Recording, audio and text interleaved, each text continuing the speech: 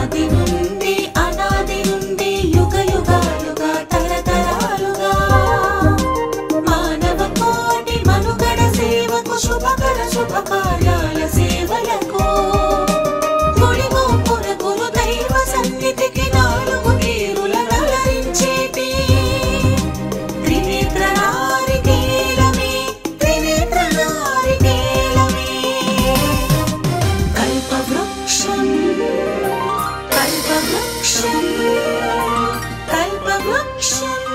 సనాతన ధర్మంలో ఏ శుభకార్యమైనా కొబ్బరికాయ కొట్టి ప్రారంభిస్తే అది విజయవంతమవుతుందని శాస్త్రం.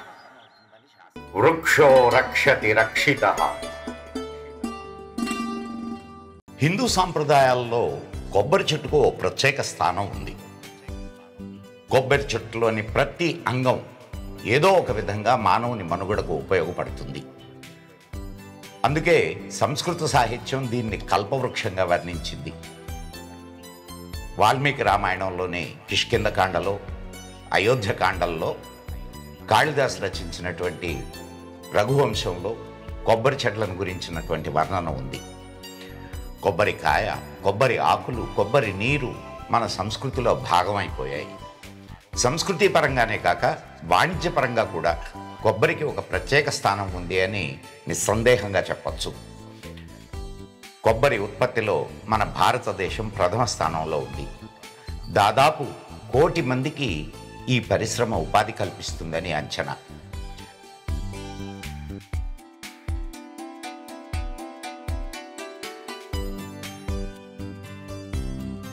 కొబ్బరి చెట్లను ఒక ఎకరానికి 40 నుండి 65 చెట్ల వరకు నాటుతారు. భూమి మీద మొక్కకు మధ్య 9 మీటర్లు లేదా 30 అడుగుల దూరం ఉండేటట్టుగా నాటుతారు. కొబ్బరి చెట్టు 9 మీటర్లు అంటే 30 అడుగులు పెరుగుతుంది. ఈ మధ్యకాలంలో పొట్టి రకాలు కూడా అభివృద్ధి చేయబడ్డాయి. కొబ్బరి ఆకులు 4 నుండి 6 మీటర్ల పొడవు ఉంటాయి. సాంప్రదాయక రకాలు 6 నుండి 10 సంవత్సరాలలోపు కాపుకు వస్తాయి. అభివృద్ధి పరిచిన రకాలు 3 నుంచి 4 సంవత్సరాలలోపే కాపునిస్తున్నాయి. ప్రతి వృక్షం 15 నుంచి 20 సంవత్సరాలు ఫలసాయాన్ని అందిస్తాయి. ఒక్కొక్క కాయ సుమారు 1.44 కిలోల బరువు ఉంటుంది. కొబ్బరికాయల్లో అనేక రకాలను మన వ్యవసాయ శాస్త్రజ్ఞులు అభివృద్ధి చేశారు. ప్రధానంగా పొడవు రకాలు, మరగొజ్జు రకాలు. పొడవైన రకాలు సంవత్సరానికి 75 కాస్తాయి. కోనసీమలో కొబ్బరి చెట్టును ఇంటి కొడుకుగా భావిస్తారు.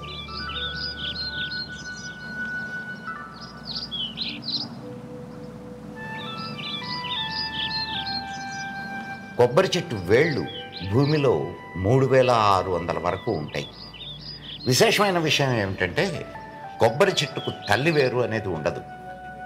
ఈ వేళ్ళు దాదాపు 3 అడుగుల చుట్టుకొలతో వ్యాపించి ఉంటాయి. కొబ్బరిలో ఆడ మగ వృక్షాలు ఉంటాయి. మగ పువ్వుల కంటే ఆడ పువ్వులు కాస్త పొడుగ్గా ఉంటాయి. కొబ్బరి చెట్టు ప్రపంచంలోని 90 దేశాల్లో ఉన్నాయి. సంవత్సరానికి 61 మిలియన్ టన్నుల ఉత్పత్తి జరుగుతుంది. ఆసియాలో ఇండోనేషియా, ఫిలిప్పీన్స్, భారత్లలోనే 73% ఉత్పత్తి జరుగుతుంది అని అంచనా. హిందూ సాంప్రదాయంలో భగవంతునికి కొబ్బరికాయ కొట్టి నైవేద్యంగా పెడతారు. కొబ్బరికాయను సంస్కృతంలో నారికేళం అంటారు. సాహిత్య విమర్శ చేసేటప్పుడు కావ్యాలను నారికేళ పాకం అని, కదళీ పాకం అని చెప్పడం పరిపాటి. నారికేళ పాకం అంటే చాలా కఠినమైన, పటిష్టమైన కావ్యమని, కదళీ పాకం అంటే మృదువైన సాహిత్య ప్రక్రియ అని ప్రసిద్ధం. శివుడికి 3 కళ్ళు ఉన్నట్టుగానే కొబ్బరికాయకు కూడా 3 కళ్ళు ఉంటాయి. అందుకే కొబ్బరికాయను త్రినేత్ర స్వరూపంగా భావిస్తారు. ఈ కారణాల వల్లే కొబ్బరికాయను శుభప్రదమైనదిగా భావిస్తారు. తమిళంలో కొబ్బరికాయను తేంగాయ్ అంటారు. తేన్ అంటే దక్షిణ దేశం నుండి వచ్చినదని, పవిత్రమైనదని అర్థం. పూర్ణ కుంభానికి, వాహన పూజలకు, అయ్యప్ప ఇరుముడికి కొబ్బరికాయ అవసరం. ఒకటేమిటి, హిందూ సాంప్రదాయంలో షోడశ సంస్కారాలన్నింటికీ కొబ్బరికాయలను తప్పనిసరిగా వాడాలి. కొబ్బరికాయల్లో మాంగనీస్, ఐరన్, ఫాస్ఫరస్, జింక్ వంటి పోషకాలు పుష్కలంగా ఉన్నాయి. 100 గ్రాముల కొబ్బరిలో 354 క్యాలరీల శక్తి ఉంటుంది. ఫ్యాట్ 33 గ్రాములు, కార్బోహైడ్రేట్లు 24 గ్రాములు ఉంటాయి. కొబ్బరి గుజ్జును రుచిగల తినుబండారాలుగా, కొబ్బరి నూనెగా, చిప్స్గా, చాక్లెట్ బార్స్గా తయారు చేసి చాలా విరివిగా వాడుతూ ఉంటారు. ఎండు కొబ్బరితో అనేక రకాలైన తినుబండారాలు తయారు చేస్తారు. కూరల్లో కొబ్బరి వాడకం వల్ల కూరల రుచి అమోఘంగా పెరుగుతుంది. కొబ్బరితో పచ్చడి చేసుకుంటారు. ఎండు కొబ్బరితో నూనెగా, ఆహారంగాను, soaps, cosmetics, hair oil, massage ఆయిల్గా కూడా వాడతారు. కొబ్బరి పాలను డిస్టిలేట్ చేసి ఫర్మెంటేట్ చేసి అరగ్గాను, సారాగాను, కోకోనట్ వోడ్కాగాను తయారు చేస్తారు. కొబ్బరికాయ మొదటి దశలోని నీళ్లను సెలైన్కు సమానంగా భావిస్తారు. కొబ్బరికాయ ముదిరే కొద్దీ నీళ్లు తగ్గి ముక్క పెరుగుతుంది. 100 గ్రాముల నీళ్లు 19 క్యాలరీల శక్తినిస్తాయి. కొబ్బరి నీళ్లు ఎండ నుండి ఉపశమనం కలిగించడమే కాకుండా అన్ని కాలాల్లో ఆరోగ్యానికి మేలు చేస్తాయి. బరువు తగ్గాలనుకునే వారికి, మూత్రపిండాల సమస్యలతో పోరాడేవారికి కొబ్బరి నీళ్లు దివ్య ఔషధం. కొబ్బరి నీళ్లలోని పొటాషియం శరీరంలోని అదనపు నీటిని, మలినాలను బయటకు పంపుతుంది. కడుపుబ్బరం, అజీర్తి సమస్యల నుండి ఉపశమనం కలిగిస్తుంది. తరచుగా కొబ్బరి నీళ్లు తాగుతూ ఉంటే అసిడిటీ సమస్యలు ఉండవు. జీర్ణాశయంలోని pH సమస్థితికి వస్తుంది. కిడ్నీలోని రాళ్లను ముక్కలు చేస్తుంది. డయాబెటీస్ కలవారు కూడా నిరభ్యంతరంగా కొబ్బరి నీళ్లు వాడవచ్చు. సర్జరీ అయిన వారికి, అనారోగ్యం నుండి కోలుకునే వారికి కొబ్బరి నీళ్లు చాలా బాగా పనిచేస్తాయి. శరీరానికి కావలసిన విటమిన్లు, ఎలక్ట్రోలైట్స్ ఒక్క గ్లాస్ కొబ్బరి నీటితో లభ్యమవుతాయి. అందుకే హాస్పిటళ్ల ముందు కొబ్బరి బోండాల షాపులు తప్పనిసరిగా ఉంటాయి. కొబ్బరి కళ్ళు మత్తు పానీయం కాబట్టే దీన్ని డార్క్ రమ్ అంటారు. కొబ్బరి కళ్ళు అమ్మకం శ్రీలంకతో పాటు ఇతర దేశాల్లో కూడా లాభసాటిగా నడుస్తుంది. దీన్ని సిలోన్ అరక్ అని పిలుస్తారు. దీన్ని ప్రపంచవ్యాప్తంగా మార్కెట్ చేసేందుకు శ్రీలంక ఏర్పాట్లు చేస్తుంది. కొబ్బరి ఈనెలతో చీపుర్లు తయారు చేస్తారు. చాపలు ఇంటి పైకప్పులకు వాడతారు. టెంపరరీ టెంట్స్కు కొబ్బరి ఈనెలతో అల్లిన వస్తువులు వాడతారు. కొబ్బరి ఆకులను శుభప్రదమైనవిగా పరిగణిస్తారు. ఆంధ్ర, కర్ణాటక, కేరళ, తమిళనాడుల్లో పెళ్లి పందిళ్లకు కొబ్బరి ఆకుల్ని వాడతారు. కేరళలో ఇళ్ల తయారీకి ఎక్కువగా కొబ్బరి ఆకులు, కొబ్బరి మానులు వాడతారు.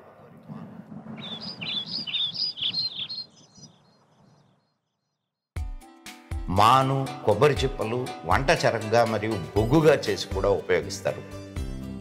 కొబ్బరి చిప్పలతో బౌల్స్, హ్యాండీక్రాఫ్ట్స్ తయారు చేస్తారు. వస్త్రాలకు బొత్తాలు వీటి నుండి తయారవుతాయి. కొన్ని సంగీత వాయిద్యాలు కూడా కొబ్బరి చిప్పలతో తయారవుతాయి. కొబ్బరి వేళ్లను డైలు, మౌత్ వాష్లు తయారు చేయడంలో వాడతారు.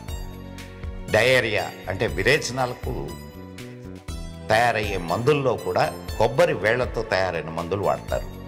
టూత్ బ్రష్లు వీటితో తయారవుతున్నాయి. బయోకోల్ నిలకడగా స్థిరంగా మండుతూ మంటను ఎక్కువ కాలం మండిస్తుంది. ఇటుక బట్టీలు, సిరామిక్ యూనిట్లు మరియు ఫర్నిస్లలో ఇది మండించడానికి ఉపయోగపడుతుంది. బయోమాస్ విద్యుత్ ఉత్పత్తి కేంద్రాల్లో ఇంధనంగా వాడతారు. ఫౌండ్రీ, ఫోర్జింగ్ పరిశ్రమల్లో లోహాలను వేడి చేయడానికి, కరిగించడానికి ఉపయోగిస్తారు. ఇళ్లలో, క్యాంటీన్లలో, రెస్టారెంట్లలో కూడా వంట చెరకుగా వాడతారు.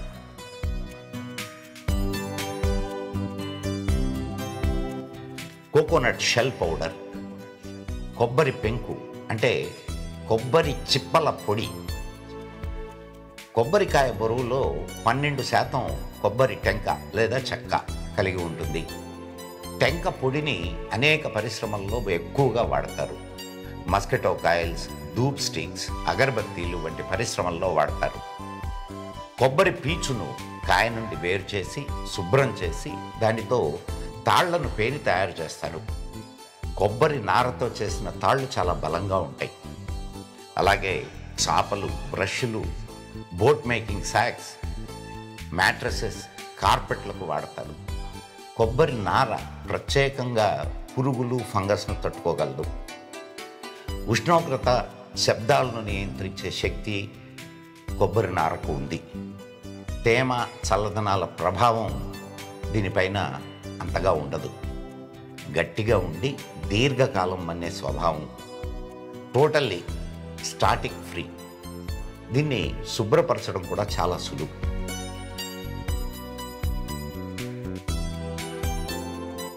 Coir industry, coir board of India. కొబ్బరి పీచు పరిశ్రమ ఇండియాలోని ప్రముఖ పరిశ్రమల్లో కొబ్బరి నార పరిశ్రమ చెప్పుకోవచ్చు. రమారమి 5.5 లక్షల మందికి ఈ పరిశ్రమ ఉపాధి కల్పిస్తుంది. దాదాపు 4,000 కోట్లకు పైగా ఎగుమతులు చేయబడుతున్నాయి. ముఖ్యంగా మహిళలకు శిక్షణ ఇచ్చి కాయర్ పరిశ్రమలో పాల్గొనే అవకాశాలు కల్పిస్తున్నారు. కొబ్బరి పీచు నుండి తీసిన నారను దారంగా మారుస్తారు. దాన్ని మృదువుగా చేస్తారు. దాన్ని బాబిన్కు చుట్టి తాళ్ళు, మ్యాట్స్, కార్పెట్లను, గుడ్డను నేసినట్లుగా మగ్గాలపై తయారు చేస్తారు. రంగులతో కూడిన డిజైన్లను, ప్యాటర్న్లను నేలపై కప్పడానికి మేడమెట్లు, ప్యానల్స్, ఎకో కంట్రోల్ కోసం వీటిల్ని వాడతారు. భారతదేశంలో 29 షోరూమ్స్ అంటే విక్రయశాలలు పబ్లిక్ సెక్టర్ ఏర్పాటు చేసింది. కరల్డ్ కాయర్ ఇండస్ట్రీ కొబ్బరి నారతో చేసిన పరిశ్రమల్లో నార నిటారుగా ఉంటుంది. రబ్బరైజ్డ్ కాయర్ పరుపులు, దిండ్లు, అలంకరణ ఉత్పత్తులు తయారీకి వంకలు తిరిగిన నారగా ఈ పరిశ్రమలో కొబ్బరి పీచును మారుస్తారు. మారిన సామాజిక, ఆర్థిక పరిస్థితుల వల్ల రబ్బరైజ్డ్ కాయర్ ఉత్పత్తికి డిమాండ్ పెరిగి దానికి ఉపయోగించే కర్ల్డ్ కాయర్ కూడా డిమాండ్ పెరిగింది. అందువలన ఎగుమతికి అనుగుణంగా కర్ల్డ్ కాయర్ను తయారు చేస్తున్నారు. పీచు తాడుగా చేనేత మగ్గాలు. నూలు పోగులతో గుడ్డను నేసినట్లుగా నార పోగులతో పట్టలను, కార్పెట్లను చేయవచ్చు. కాయర్ మగ్గం పరిశ్రమ అంటారు దీన్ని. నారతో చేసిన మ్యాట్లను గృహావసరాలకు, వాకిలి ముందు వేసుకునే పట్టలుగాను, గోడలకు తగిలించే అందమైన సామగ్రిగాను వీటిల్ని తయారు చేస్తారు. కార్పెట్లుగా ఉపయోగిస్తారు. Latex backed mats, rubber edged mats తయారీకి కూడా కాయర్ లేట్స్ ఉపయోగిస్తారు. పీచుపై అద్దకాలు, రంగులు. నారను అందమైన ఉత్పత్తులుగా తయారు చేయడానికి రంగులు వేస్తారు. డోర్ మ్యాట్ల పైన అందమైన ప్రకృతి దృశ్యాలను ముద్రించడానికి తగిన యూనిట్లు ఉన్నాయి.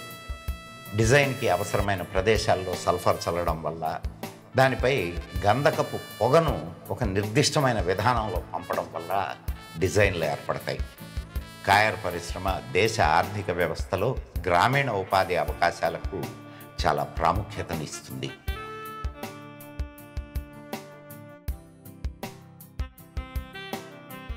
రాష్ట్రాలలోని అన్ని ప్రాంతాల్లో ఈ పరిశ్రమ ఉంది. థాయిలాండ్, మలేషియాల్లో కొబ్బరి వ్యవసాయం సాగిస్తున్నారు. మాల్దీవ్స్ కొబ్బరి చెట్లను జాతీయ వృక్షంగా ప్రకటించారు. దీని ప్రాముఖ్యత అక్కడ ఎంతైనా ఉంది. జాతీయ చిహ్నంగా దీన్ని పెట్టుకున్నారు. కొబ్బరి చెట్లు లంక ప్రదేశాల్లో ఎక్కువగా పెరుగుతాయి. చెట్ల కాండాన్ని బోట్ల నిర్మాణంలోనూ, ఇళ్ల నిర్మాణంలో కూడా వాడతారు. ఇళ్లపై కప్పుగా కూడా బాగా ఉపయోగపడుతుంది. మిడిల్ ఈస్ట్లో ఓమన్లోని దోఫర్లో ముఖ్యంగాను, పర్షియన్ గల్ఫ్, అరేబియన్ సముద్రం, ఎర్ర సముద్రం, ఫ్లోరిడాల్లో కొబ్బరి తోటలు పెరుగుతాయి. ఆస్ట్రేలియాలో లక్షద్వీప్స్లో దీన్ని ప్రధాన ఆహారంగా వాడతారు. ప్రతి మనిషి కనీసం 4 కొబ్బరికాయలు వాడతాడు. కొబ్బరి నీటిని పాలు అంటారు. కొబ్బరి కల్లుని కాచి ఫర్మెంటేట్ చేసి అరగ్గా మార్చిన దాన్ని వైన్గా వాడతారు. వెనిగర్, బెల్లం, పంచదారలను కూడా తయారు చేస్తారు. వియత్నాంను ల్యాండ్ ఆఫ్ కోకోనట్ అంటారు. Candy caramel, jelly coconut juice, coconut milk ఇవన్నీ వియత్నాంలో వాడతారు. ఇండోనేషియా ప్రపంచ కొబ్బరి ఉత్పత్తికి 15 మిలియన్ టన్నుల ఉత్పత్తిని జోడిస్తుంది. మొలకెత్తిన కొబ్బరి విత్తనం లోగోగా పెట్టుకుంది ఇండోనేషియా. ఇండియాలో కేరళ, తమిళనాడు, కర్ణాటక, ఆంధ్రప్రదేశ్, మహారాష్ట్ర, ఒరిస్సా, పశ్చిమ బెంగాల్, గుజరాత్, లక్షద్వీప్, అండమాన్ నికోబార్లలో కొబ్బరి వ్యవసాయం సాగుతుంది. కేరళలో అధికంగా కాస్తాయి. తమిళనాడులోని కోయంబత్తూర్, తిరుప్పూర్లు కొబ్బరి ఉత్పత్తుల్లో టాప్ అని చెప్పొచ్చు. అందుకే అక్కడ కోకోనట్ డెవలప్మెంట్ బోర్డ్ ఆఫ్ ఇండియాను నెలకొల్పారు. కొబ్బరి కాయలను నిల్వ చేస్తే అవి కురిడీలుగా తయారవుతాయి. దాన్ని ఎండు కొబ్బరి అంటారు. దాని ధర చాలా అధికంగా ఉంటుంది. ఎక్స్పోర్ట్ క్వాలిటీగా ఉపయోగపడుతుంది. కొబ్బరి డెజర్ట్ పరిశ్రమ, ఐస్ క్రీమ్, ఫ్రూట్ కాక్టైల్ల తయారీలో ఈ డెజర్ట్ను వాడతారు. కొబ్బరి నీరు బాటిలింగ్ పరిశ్రమ, కొబ్బరి నీటిని బాటిల్స్, క్యాన్స్, పౌచుల్లో ప్యాకింగ్ చేసి అమ్ముకునే అవకాశం కూడా ఉంది. కాయలు దించేవారు వడదోలు అనే తోలు కవచాన్ని నడుముకు కట్టుకుని ఎక్కుతారు. తయారైన కాయల నాణ్యతను చూసి మరీ దింపుతారు. ఎండిన మట్టలను తెగ్గొడతారు. ప్రస్తుతం చెట్లు ఎక్కడానికి అనేక రకమైన చిన్న చిన్న యంత్రాలను తయారు చేసుకున్నారు. నారికేలోద్భవం మద్యం స్నిగ్ధమగ్నీకరం పరం వాతపిత్తహరం పృష్యం బ్రహ్మణం మూత్రశోధనం. తాజా కొబ్బరి కల్లు యొక్క ఆయుర్వేద గుణాలను ద్రవ్యరత్నావళి పేర్కొంది. అది జిడ్డుగా ఉంటుందని, జీర్ణశక్తిని పెంచుతుందని, పురుష శక్తిని పెంచుతుందని, శరీరానికి పోషణనిస్తుందని, మూత్రాశయంలోని దోషాలను పోగొడుతుందని, వాతాన్ని వేడిని తగ్గిస్తుంది అని చెప్పబడింది. కొబ్బరి కల్లును ప్రత్యేక పద్ధతిలో పులియబెట్టి అరకగా తయారు చేస్తారు. ఫిలిప్పైన్స్, ఇండోనేషియా, మలేషియా, శ్రీలంకలు కొబ్బరి కల్లు తయారీలో అంతర్జాతీయ ప్రసిద్ధి చెందాయి.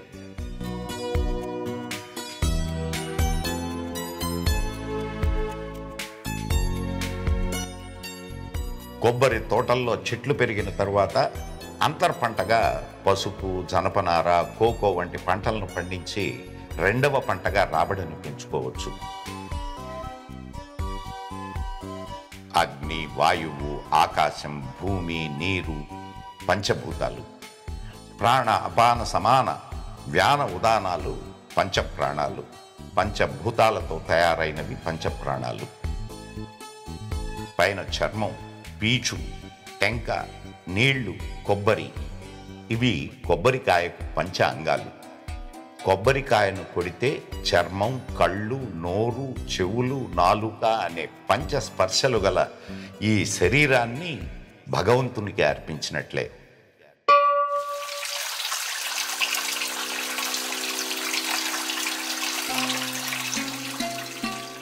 నేను పొడుపు కథ చెప్తాను, విప్పుతావా?